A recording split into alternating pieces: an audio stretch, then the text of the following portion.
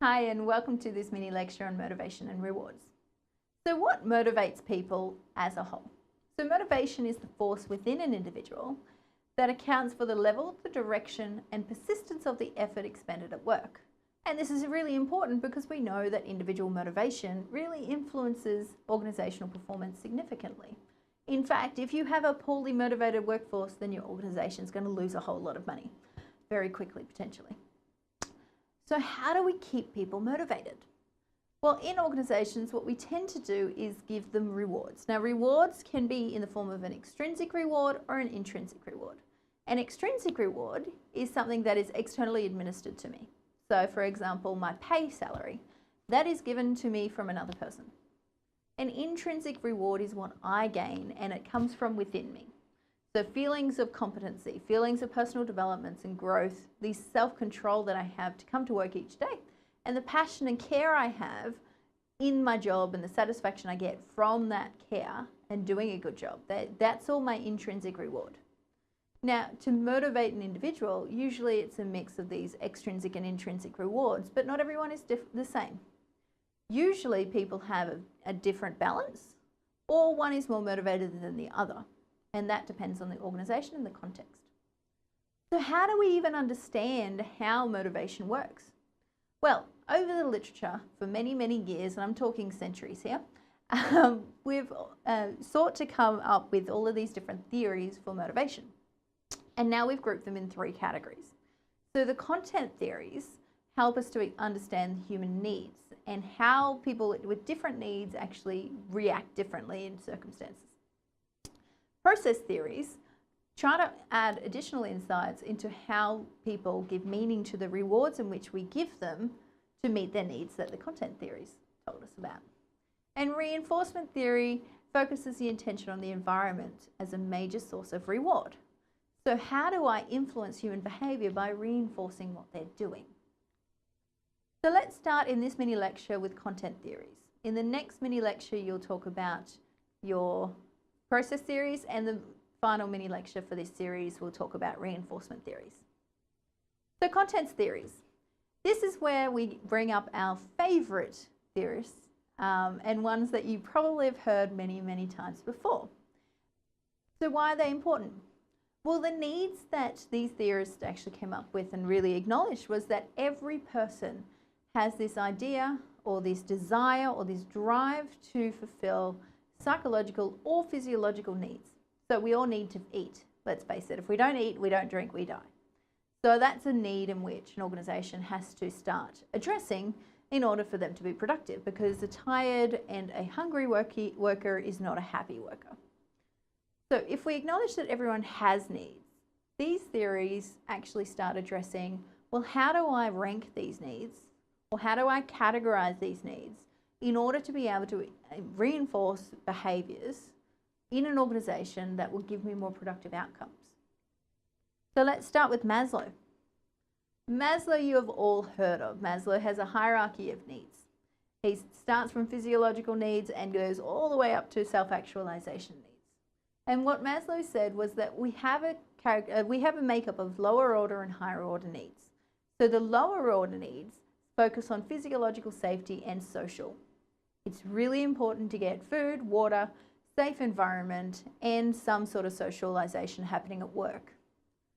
The higher level needs actually start focusing on how do we improve people's esteem and their self-actualization concerns. So how do we make people feel like they're doing a brilliant job and actually getting to that point where they feel like they've had a sense of meaning in their job? So the deficit principle under Maslow's hierarchy actually says that once we've satisfied a need, it's no longer a motivation. And instead, we're seeking to satisfy the next level, because what he said was that we had to actually go up in steps, and we can't progress if our need isn't met. And that's a really important distinction. So Maslow said we had to have each of them in steps. Whereas if we're looking at the next theory, the ERG principle, they actually disagreed, and they said that we could actually go between steps all the time. So let's go back to Maslow for a second. And if we're looking at this figure dictates the different elements at an organizational managerial level that we can use to motivate people's needs. So for example, in our physiological needs, we're talking about things like our rest and refreshment breaks. In our safety needs, we want job security. We want to know that where we're coming to work is a regular place of work. And if you think about a casual workforce, they don't have that. So what they're more focused on is more that physiological, how much am I going to get paid?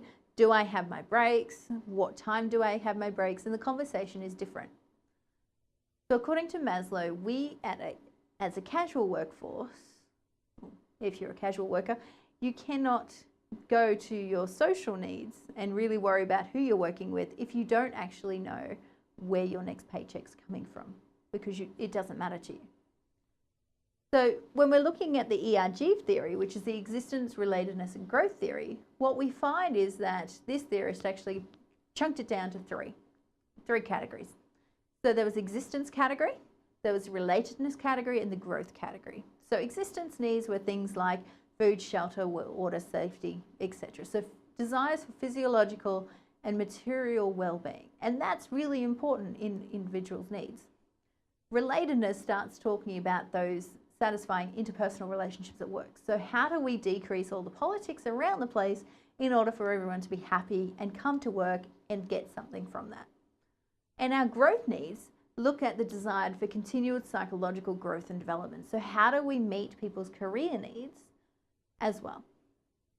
So according to this theory, we can meet one without the other one being met. So we can worry about our interpersonal relationships, even if some of our physiological and material well-being isn't actually met. Let me just do it. Another theorist in the needs theory is Hertzberg. Now, you would have heard of Hertzberg. He has a two-factor theory. Now, according to Hertzberg, there's two different types of needs that everyone meets or needs to be met. So there's the satisfying factors. So the satisfier factors are things that are related to the job content. So my sense of achievement, my sense of recognition, my responsibility, my advancement and personal growth. And my hygiene factors. So my hygiene factors are around this job context. What are my working conditions like? What's the politics like? What's the interpersonal relationships like working here? And what's my salary? Because they're really important factors that keep people happy, but they don't make them satisfied. And that's really where Hertzberg came in and really disrupted the needs theories, because what he was saying, if we're looking at this graph and figure, is that the hygiene factors lead to dissatisfaction, but they do not add to satisfaction. And in order to get satisfaction, what you actually need to do is really start adding things such as your sense of achievements, your feelings of recognition. So those Employee of the Month awards that exist are really important for satisfaction, but not dissatisfaction. So, poor context actually, so what we're trying to say in these theories is that we need to address the context. We need to address the hygiene factors, but we can't expect them to satisfy people enough to motivate their behaviour. So we actually need a mixture of both when we're looking at our reward structures. McClellan came in and said, okay, I get that there's two factors, but what I understand more, and I acknowledge the others that have been before me, but I don't agree. What I agree about is that there are three types of needs. Now, I believe that there's a need for achievement, and everyone wants to achieve something, whether that's just to solve a problem, how to fix something, do all those problem-solving tasks, or they might want to achieve a complex task such as getting to an executive position. But they also have this need for power. And the power need is actually this desire to control other people and to influence their behaviour. Now, some of us have more power needs than others, but it's still an acknowledgement that people have these needs. And the last one is the need for affiliation. And this is where we want to establish and maintain friendly and warm relations with other people. So in an organisation, what we need to address is this idea that we need to acknowledge people, we need to give them rewards for their behaviour and really encourage them to do complex tasks to address the need for achievement. We need to acknowledge that they all, at some level, want some sort of power, but they also need affiliation. And it's the combination that actually makes people work the way that they do and motivate the way that they do. And the individual differences that lie between them are minimal.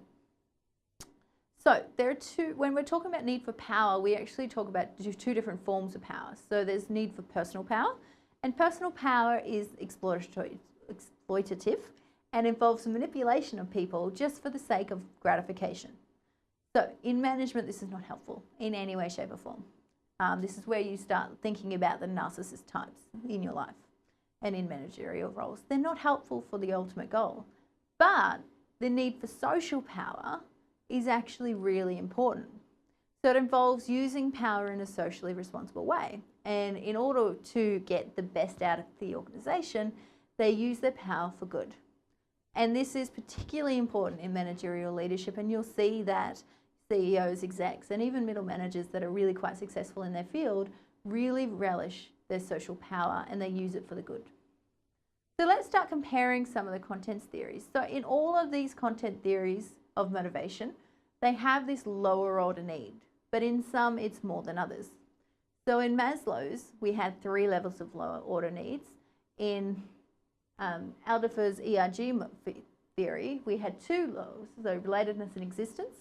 And in the McClellan's theory, we had 1, which was your hygiene factors.